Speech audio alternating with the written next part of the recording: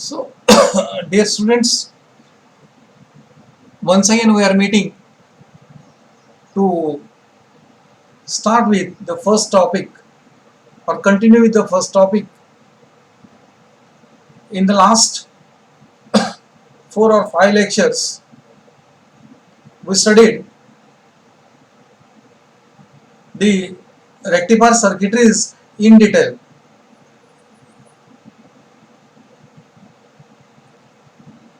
Where we have studied half wave rectifier, full wave center tapped rectifier, and also the bridge type of rectifier from the point of view of how alternating current will be converted into unidirectional pulsating DC current. Along with their construction, working, waveforms, and also the derivations of DC current, DC voltage, ripple factor, efficiency, and the peak inverse voltage. At the outset of studying these particular rectifiers, we concluded that the pulsating DC containing some amount of AC will be available across the load resistance, which can be counted by knowing the ripple factor of the respective filters and also how these rectifiers are efficient for converting AC into DC. We also introduced the last time the meaning of filters also. While studying introducing the filter, we concluded that as the rectifier circuitry contains the pulsating unidirectional DC along with some amount of AC which is present in it. But to construct the power supply, we need pure DC to be provided to the load. And that's why amount of AC which is present in the pulsating DC should be reduced now, and only DC voltage will be made available across that particular load resistance. And the process of reducing undesired AC voltage from the pulsating DC at the output of the rectifier, the filtering action is to be considered. Thus, by using filters, one can reduce amount of AC which is present in the pulsating DC at the output of rectifier circuitry. Therefore, these filter circuitries are to be connected in between the output of the rectifier and that of the load resistance, so that they are able to block the AC and allows only DC to the load resistance. Such a filter circuitries are designed by using the passive components, especially by making use of inductor or capacitor or combination of both. The filter circuitries are constructed and those are connected in between a rectifier and that of the load resistance. Such a circuitries we can call it as the filter circuitries. We have already introduced the filter circuitry last time, and again we will begin from the same concept. and that is, we know that rectifier circuit contains some amount of AC in converted pulsating DC to the load. This AC is undesired at the output. Hence, it is to be eliminated or reduced to get the pure DC. Thus, filters are the electronic circuitries connected between rectifier and the load to filter out only DC at the load. The filter circuit uses passive components like inductor, capacitor, or the combination of inductor and capacitor to give pure DC. Depending upon these filters are classified into four types. One is inductor filter that makes use of inductor. Second one is a capacitor filter that makes use of capacitor. Third one is a LC filter, which is a combination of inductance and capacitor. Fourth one is a CLC, which is a combination of capacitor, inductance and capacitor, or it is also called as the pi filter. Friends, please remember that out of four filters, only capacitor filter is part of your syllabus. The remaining three filters are just for your additional knowledge. Let me proceed with the first filter known as inductor filter. Inductor filter is a filter in which inductance L is connected in series between the output of the rectifier and that of load resistance. This is the circuitry that represents the inductor filter, which shows that the inductance L is connected in series between the rectifier output and that of the load resistance, across which we can get it the pure DC. Here, inductor utilizes its property of reactance, and we know that reactance of inductance is given as a XL, and that's equal to J omega L, and this has a property to oppose the AC which is present in rectified DC and allows path for DC to develop across the load resistance RL. When inductance is connected, a back EMF will be developed, and this back EMF opposes the AC and allows path only for DC to reach at the load resistance, and hence the filtering action that takes place. Friends, these are the waveforms produced as a inductor filter. So these waveforms are the rectified output waveforms, means these waveforms are available here. When these waveforms, this rectified signal is given across the load resistance, we can get this type of the signal. Look at here. This is the filtered signal. Here, varying frequency is less, and ideally for DC it has a low frequency, zero frequency, and here the frequency is reduced. Thus, pure DC will be made available across the load resistance by filtering action of the inductor. The ripple factor of this particular inductor filter is given as R is equal to RL upon 3 root 2 into omega L. That comes to be RL into 1330 into L. Thus, ripple factor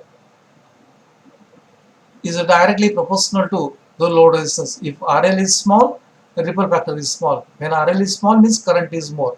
For heavy current, whenever heavy currents are required at that particular load, the inductor filter has been used. Let us go for next filter.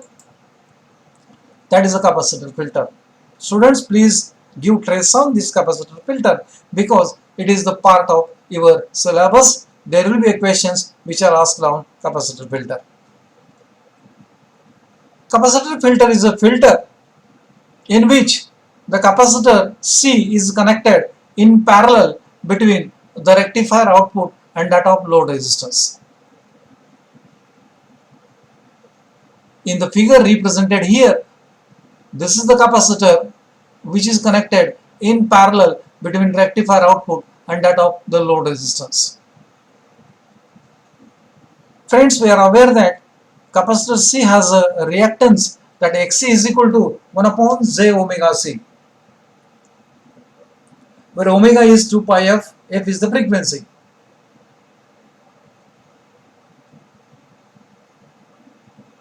This reactance of capacitor has got a property that it bypasses AC component to the ground and allows path for DC to reach to the load resistance. That is the reason why capacitor is connected in parallel.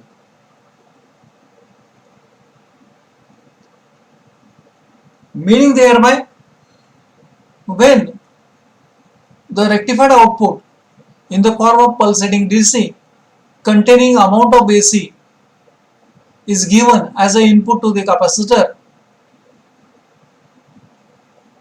bypasses amount of AC present in that particular DC to the ground, and only filtered out DC is made available to the load resistance RL.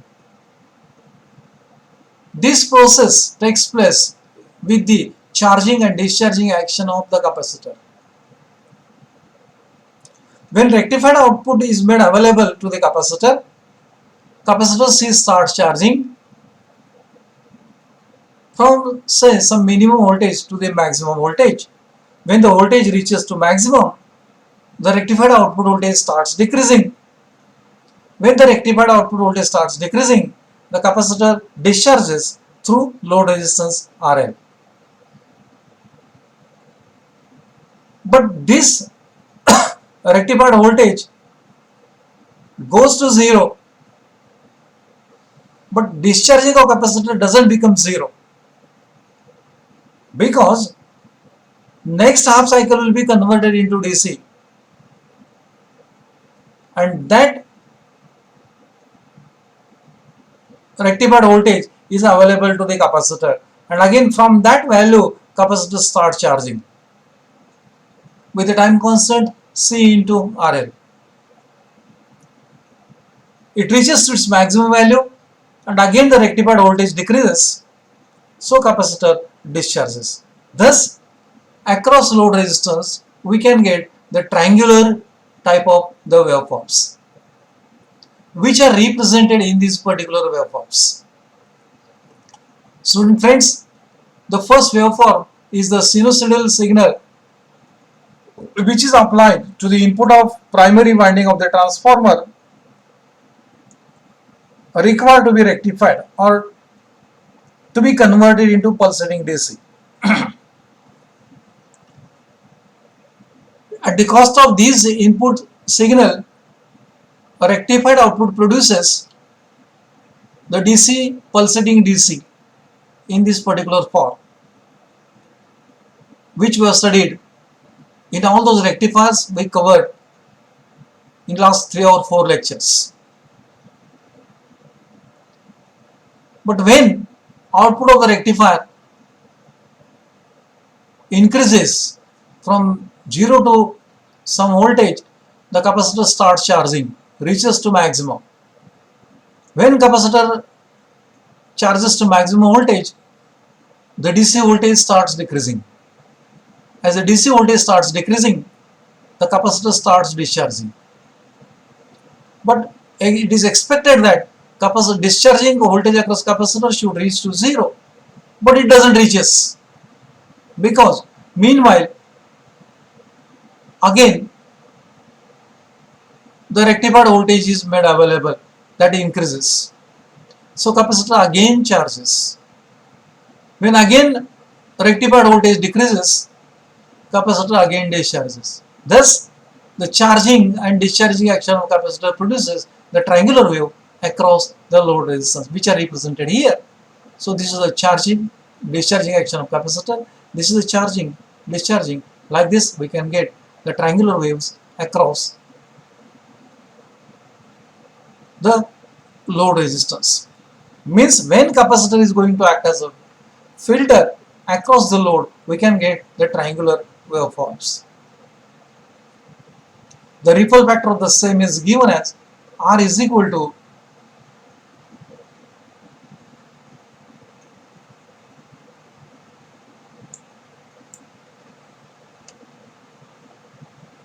one upon 4 root 3 into F into C into RL, that's equal to 2890 upon C into RL. It is used for light load current, means for large load resistance. Inductor filter was used for small load resistance with heavy load current. Capacitor filter is used for the large load resistance and for light load current. Such a filter, we can call it as it is the capacitor filter. Students, please give trace on the capacitor filter as being it is included in your syllabus.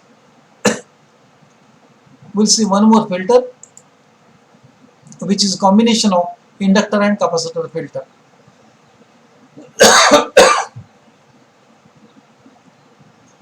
The circuit diagram represents the LC filter where inductance L is connected in series with the rectified output and that of load resistance. Capacitor C is connected in parallel to the rectified output and that of the load. This circuit contains the combination of L and C. That is the reason why it is called as the LC filter. When DC containing AC, that is a rectified output, is given as an input to the inductor, the back EMF developed across that inductance at the cost of its reactance that opposes the AC and allows DC to reach to the capacitor. If suppose this DC contains some amount of AC, it is bypassed to the ground and remaining DC is passed at the output.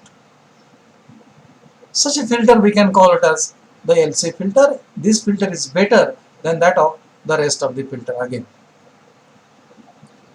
The ripple factor of this filter is given as ripple factor is equal to root 2 upon 12 omega square into L into C. That comes to be 1.195 upon C into L. So please do remember this as the LC filter. Next filter we are going to cover, and that's called as the CLC filter, or it is a pi filter. CLC filter is a combination of two capacitor and one inductor. Its shape is same as that of Greek letter pi, and that's why it is called as the pi filter. Such a filter is represented in the figure. Look at here, the circuit diagram of CLC filter or pi filter consists of two capacitors C1 and C2. In between that there is an inductor L. C1 is connected in parallel to the rectified output and the load resistance. Inductor is connected in series between a rectified output and load resistance, whereas capacitor C2 is also connected in parallel to the rectified output and that of the load resistance. As it makes use of C1 inductance and C2, it is called as the CLC filter. The shape of this particular filter is same as that of a Greek letter pi. Means this is capacitor, this is inductance, whereas this one is capacitor. This shape is like a letter pi. Hence, it is called as the pi type of filter. When the DC containing AC, that is output of rectifier, is made available to the first capacitor, this capacitor bypasses AC component from that into the ground, and the DC is made available as an input to the inductor. If any amount of AC which is present in that particular filtered DC will be blocked by inductor L, that is again filtering action takes place and the DC is available to the capacitor C2. If suppose this DC contains any amount of AC, again it is a bypass to the ground, and pure DC is made available to the load resistance RL. Such a filter is known as the pi type of filter. The ripple factor of this particular pi filter is given as R is equal to 1 upon 4 root 2 omega cube into L C1 C2 and RL. That comes to be 5700 upon C1 C2 L into RL. Friends, almost all we have studied all the four types of filter with the details associated with the capacitor filter, and rest of the filter to be remembered by you from the point of your additional knowledge. Thus, by using any of the filter circuitry, one can reduce the amount of AC which is present in the rectified output DC.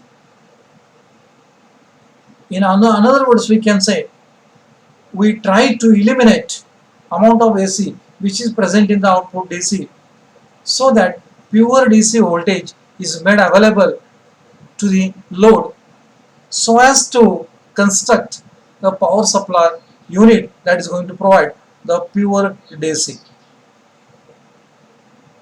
Thus, the filter circuitries are used